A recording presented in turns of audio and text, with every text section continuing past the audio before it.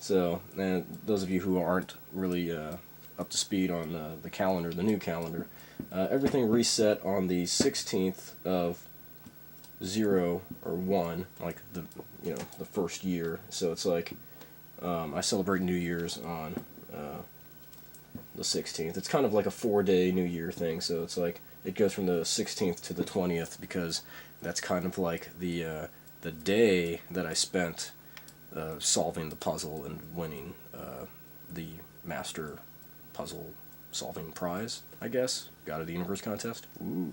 So let's see. So everyone's living in these cubes, and they're just waiting. They're just waiting for Fiona Apple to come to my house. All right, and she can email me. She can watch this video and email me. She can come out with whoever she feels she can trust. With a conversation. With somebody who's going to be like, all right, we're ultimate. I don't know about this guy, or this chick. Probably like, seventh tier, to our first tier. We're up here, they're over there. So, I mean, we should be careful with what we say around this person. Like, it's just a little weird. I know 75 people have watched the first installment of this series. I guess the first official one, and I guess about 50 people have watched me driving around in my car talking about girls swallowing semen. So, anyway, let's see. So all of the people who've been dying recently, they go straight to Tron, where they learn that the MCP is actually I guess, a representation of God, the false, I guess, the Wizard of Oz God. There's a thing that I write about where the Wizard of Oz and I guess the Red Queen are similar templates that are impersonating the God template. So like you have like the Red Queen here looking much more pleasant than she has ever looked.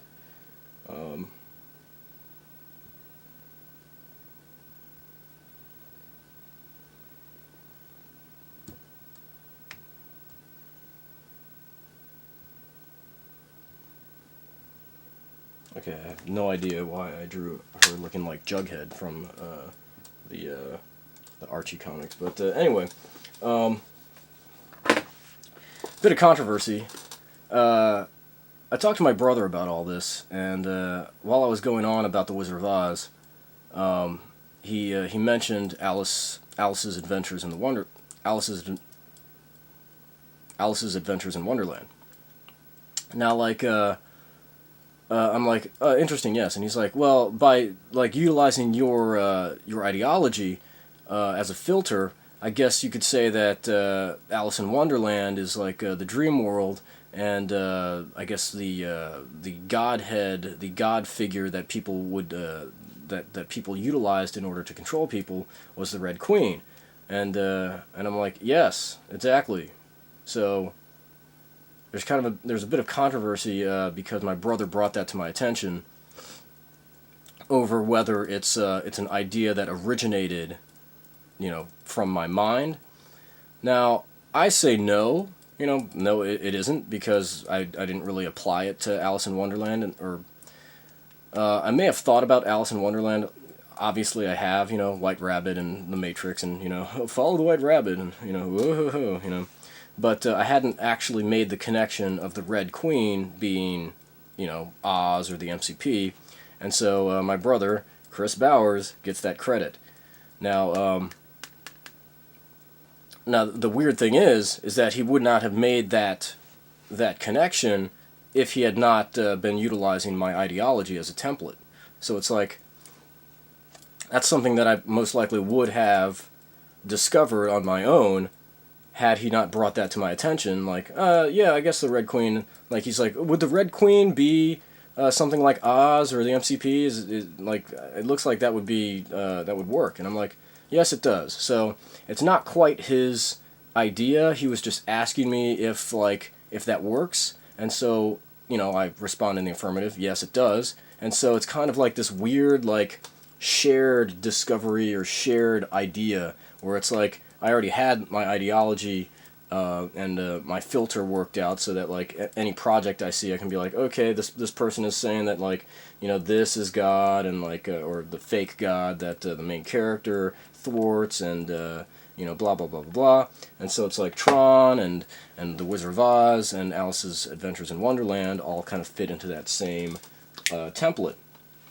So the spirit world, in my terminal was giving me a hard time, like, oh, are you taking credit for that? And it's like, obviously not.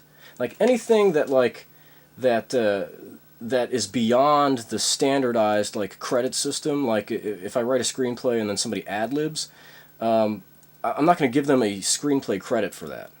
But what I will do is, on the audio commentary, I'll say, that line was ad-libbed. Like, right now we're ad-libbing, the stuff wasn't in the screenplay, etc. But, because of, the credits at the bottom of the movie poster are only so long, it's just got to be a screenplay, Greg Bowers. So it's like, let's see. Anyway, Gregory Michael Bowers, Anyway. So, let's see. Alright, so from about 1930, we'll say 35, to the present, or the current, all of this, lots of stuff happened. So anyway, the areas surrounding our head, is our terminal. And in our terminal we can have chat boxes that we utilize to communicate with the spirit world. Now, what's been going on is that people have been jumping chat boxes to get to me, and I have to deal with a lot of spam, soul spam, and so it's like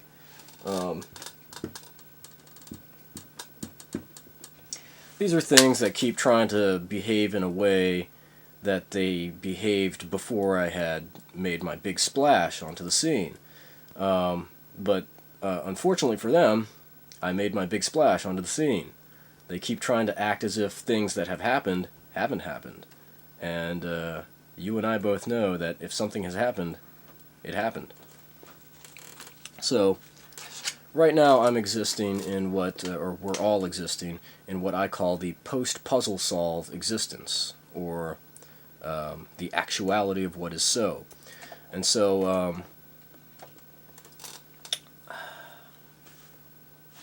within this actuality of what is so, there's a bit of instability, and I'm always cracking down on instability. So what's happening is that people who are able to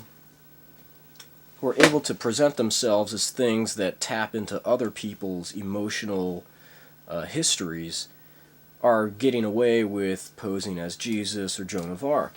Oh, don't believe Greg, we exist. Don't believe him, we do exist. And the thing is that it is undeniable that when you realize or when you acknowledge that those people don't exist, so much more improvement, or so much wonderfulness more. No, but when you acknowledge the fact that they don't exist, everything seems to work so much better. So just keep fighting, deny these idiots, Jesus doesn't exist, Joan of Arc doesn't exist, all of this is actual, Alright, cool. So, the spirit world gives up on most control world dwellers because they figure these people aren't going to figure out anything while they're existing initially, so as soon as they die, they get taken off, they get taken out of the control world and seemingly don't exist anymore. But realistically, they go into the spirit world where they become slaves for the giant dream lord,